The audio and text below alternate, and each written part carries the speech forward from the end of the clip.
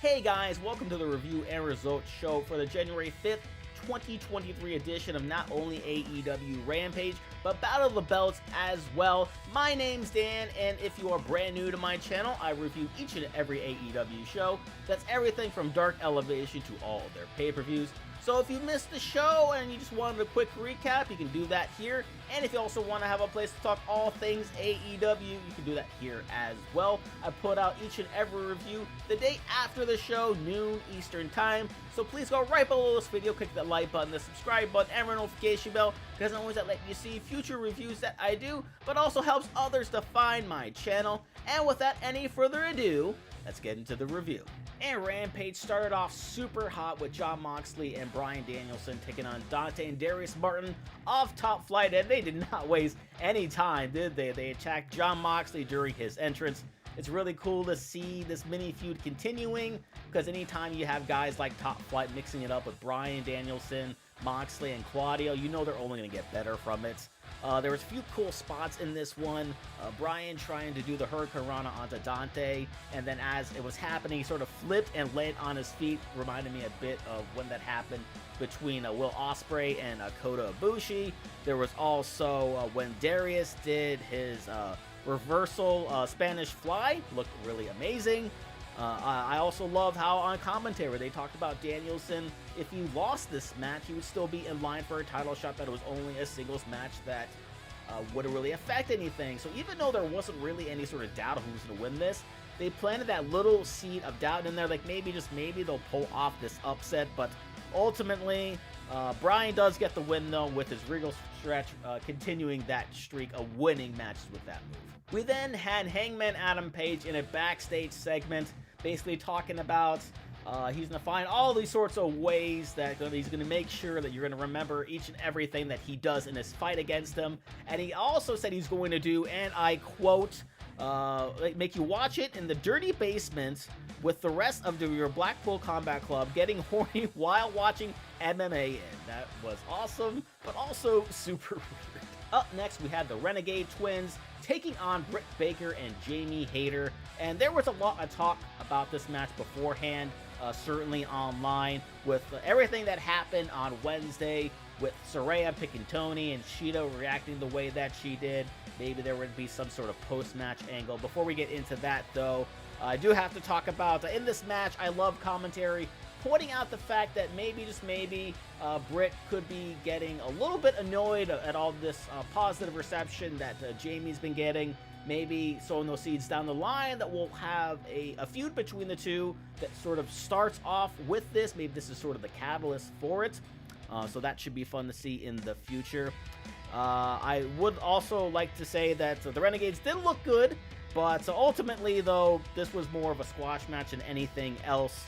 With Britt Baker winning with the curb stomp. No other women involvement in this one, unfortunately. So it looks like the tag match for next week is going to go on as planned. Whether or not Mercedes is going to get involved, I do think she will, because you don't have Britt Baker drop that boss line if you don't have her involved in some sort of way. After that, we got a video promo with the House of Black, basically talking a lot about Eddie Kingston, saying that they're here to help them, that that's not the Eddie that they knew. And I do like that with everything that's been happening with Ortiz. It's very interesting to see them kind of go on the other side of it, kind of sowing the seeds of doubt on the sides of both men. Maybe this is a little bit of psychological warfare against these two men. Maybe one of them could join the House of Black. It might be interesting to see. But so we will hear more from them later on in this review. Following that, we had the debut of, I guess, sort of a new character from Preston Vance, Perro Peligroso. I hope I am pronouncing that right. He was taking on Sonico. Sonico did get a good pop at the very beginning of this. I did like that. But all in all, this was just a squash match. Preston was super dominant from the start. Didn't really last too long, and even had, again, like he did the Evil Uno, ripping off his mask a bit.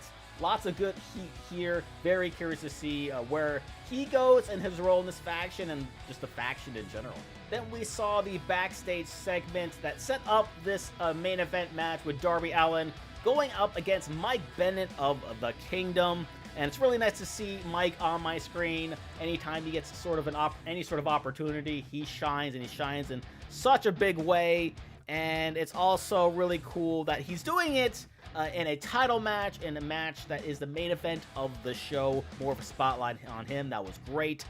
They had a great back and forth as well, with them really selling the fact that Darby is still hurt. Again, commentary doing a great job throughout the show, throughout both shows anyway, and just sort of sowing those seeds of doubt there. Maybe, just maybe, that the underdog or the heel or whoever is going to get the win. But that was not to be the case here, as Darby ended up doing an Avalanche Code Red, which looked really cool. And then not one, but two coffin drops to still make Mike Bennett look strong in the loss. Normally, this is where we would end the review, but we have to continue on with Battle of the Belts that immediately followed Rampage. It opened up with Jay Lethal and Jeff Jarrett taking on the Acclaimed, the rematch that they had from Wednesday. And of course, anything that involves with the Acclaim involves Max Caster, which means he has a few good lines in his rap. The first one is, how is Jeff Jarrett back in the mix? If you want it, it would be the new January 6th. Oh my god. Then we given the recent news, the bigger line that I thought was really good. You're a stain on the business, man. I mean, Jeff Jarrett is worse than Vince McMahon. Ugh. Oh my god, that was even spicier than it was on Wednesday. And speaking on Wednesday, Max had a spot during the match where he imitated Kurt Angle by doing the strap takedown thing and then going in for the ankle lock. That was a nice little thing in tribute to, I guess, to not only him, but to Karen Jarrett as well.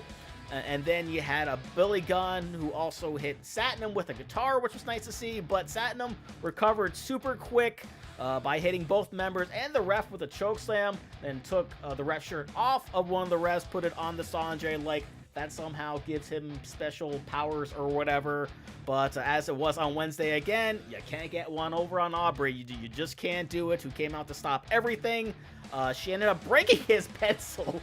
He just did one of these, got a huge pop, and just pushed him down. Looked so good, and thus leading to the ending of the match with the Acclaimed retaining. Hopefully we can move on from this, and the Acclaimed can go up against a much more established tag team. After that, we had our first actual backstage promo of Powerhouse Hobbs talking about the book of Hobbs. This has actually been really cool. It's awesome to see that they got a book there. That's pretty awesome. But as I've been saying with all these, I've been enjoying all of them. Where is this going? Is there going to be some sort of payoff for it soon? I need to see Powerhouse Hobbs just wrecking everybody. As I said earlier, here we have a segment with Ortiz and Eddie Kingston sort of talking about everything that the House of Black has been saying. Unfortunately, no, for them, it looked like Ortiz was now sort of questioning Eddie Kingston about everything that's been going on, which is sort of, I believe it was the vice versa of what happened with their last promo that they had.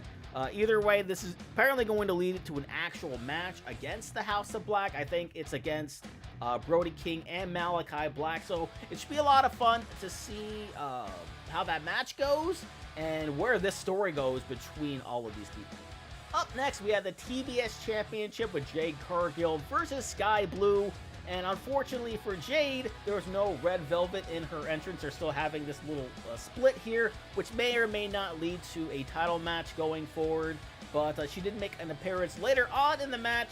And speaking of this match, it was a lot of fun, actually. Skye looked amazing, just absolutely amazing in this match. Probably one of her better showings. And Jade always looks amazing. That's a little ending sequence there where she sort of did like this little reverse thing into the Jaded. It looks so good. If there's going to be some things to check out on the show, maybe go watch the show. Maybe check Twitter for the gifs of it, because my god, that it looks so good.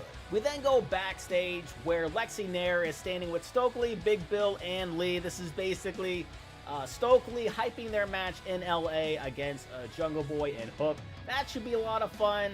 As always with Stokely's promos, this was right on point, exactly what it needed to be. After that, we had a great video package featuring Ruby Soho, Willow Nightingale, Ty Mello, and Anna JAS. Really talking a lot and hyping the fact that they're going to be having a tag team street fight coming up. Anna and Ty, of course, have experience in that. They talked a little bit about it here. This is going to be a lot of fun. It's going to be a hell of a big blow-off where I would expect Ruby and Willow to come out on top here just so they can all move on and now feud with other people. Finally, the main event of Battle of Belts was for the AEW All-Atlantic Championship with Kip Sabian taking on Orange Cassidy, and it seems like Kip's mind games have been working a bit too well with no best friends coming out with him, only Danhausen. Not that Danhausen is a bad thing, but normally he comes out with the best friends as well. You did see a bunny come out, and they sort of did the best friends camera shot. You got to give the people what they want with Kip and Penelope, so that was a nice bit of heat there. Then towards the end, Bunny gets ejected courtesy of Danhausen. He was celebrating, but he wasn't celebrating for too long, and then you saw the Butcher and the Blade come out, sort of beat him up, sit out there ringside in chairs, looking like they're about to get involved, but best friends come in and make the save before that can even happen. So it seems like everything is okay there. And then we saw the finish where it almost looks like Kip is about to get one over on Orange Cassidy to make it look like he's trying to get him DQ'd, maybe get like another match. But Orange resolve was too big, as he hit him with not one but two orange punches. And the way Kip was sort of taunting Orange after the match, maybe there could be a follow-up match down the line. Honestly, I would love to see a belt on Kip Sabian at some point, because he's really good at a lot of things, and he deserves a lot more than he's getting. And that was AEW Rampage and Battle of the Belts. What did you guys think about it? Please let me know down in the comment section below. Best match for me was Top Flight versus Moxley and Danielson. And please go out of your way to watch that ending spot between Jade Cargill and Skye. And again, for those of you who don't know, I review each and every AEW show, so if you're somebody who misses these shows and you just want a quick review, or if you watch all things AEW, just one place to talk about it, you can do so here as well. So please click that like button, the subscribe button, every notification button before you go, so you won't miss any future reviews, and it also helps others to find my channel. And with that being said, thank you guys for checking this out, and thank you guys for being all elites.